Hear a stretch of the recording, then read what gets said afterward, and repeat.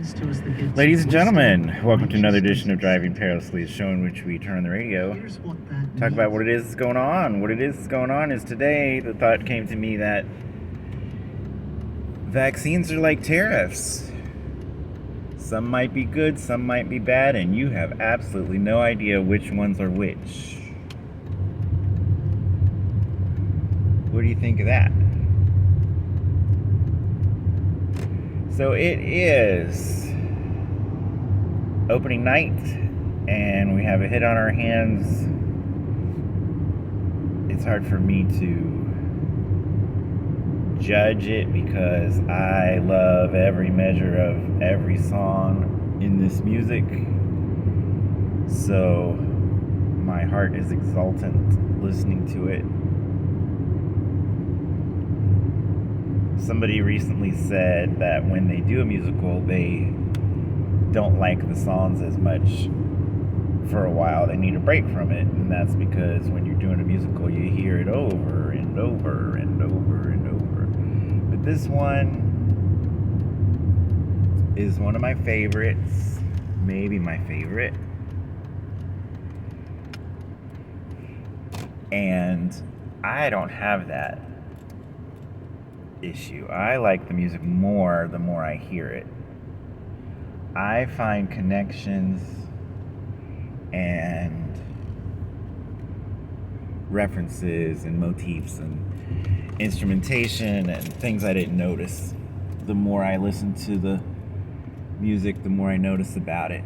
And it could be a sign that it's really good music, or it could just be a sign that I'm becoming more familiar with it, and as a musician, I like to learn. I don't know what that is, but I would say most people get sick of it, whereas I just get wrapped up in it, and I like it more and more. I'm particularly thinking of Guys and Dolls. You know, some of those songs I heard my whole life, but the more I see how they fit into the story, the more I see the references that connect the script with the story with the songs, the more I like it. And with this masterpiece, the final collaboration of Rodgers and Hammerstein, I just love it. I hope the audience loves it as well. I think they will. Obviously, it's long. It won Best Picture. It was a really long movie. Our attention spans are much shorter. When I think of how it ends with just a little bit of Climb Every Mountain, maybe some of the things could be done in a similar vein if we had to edit it. You could make the reprises really short, because once you've heard the whole song, just a tiny little phrase or line makes you feel like you've heard the whole song again, even if you just heard a little bit of it, because the references are so the references don't have to be long to bring you right back to when you heard it the first time.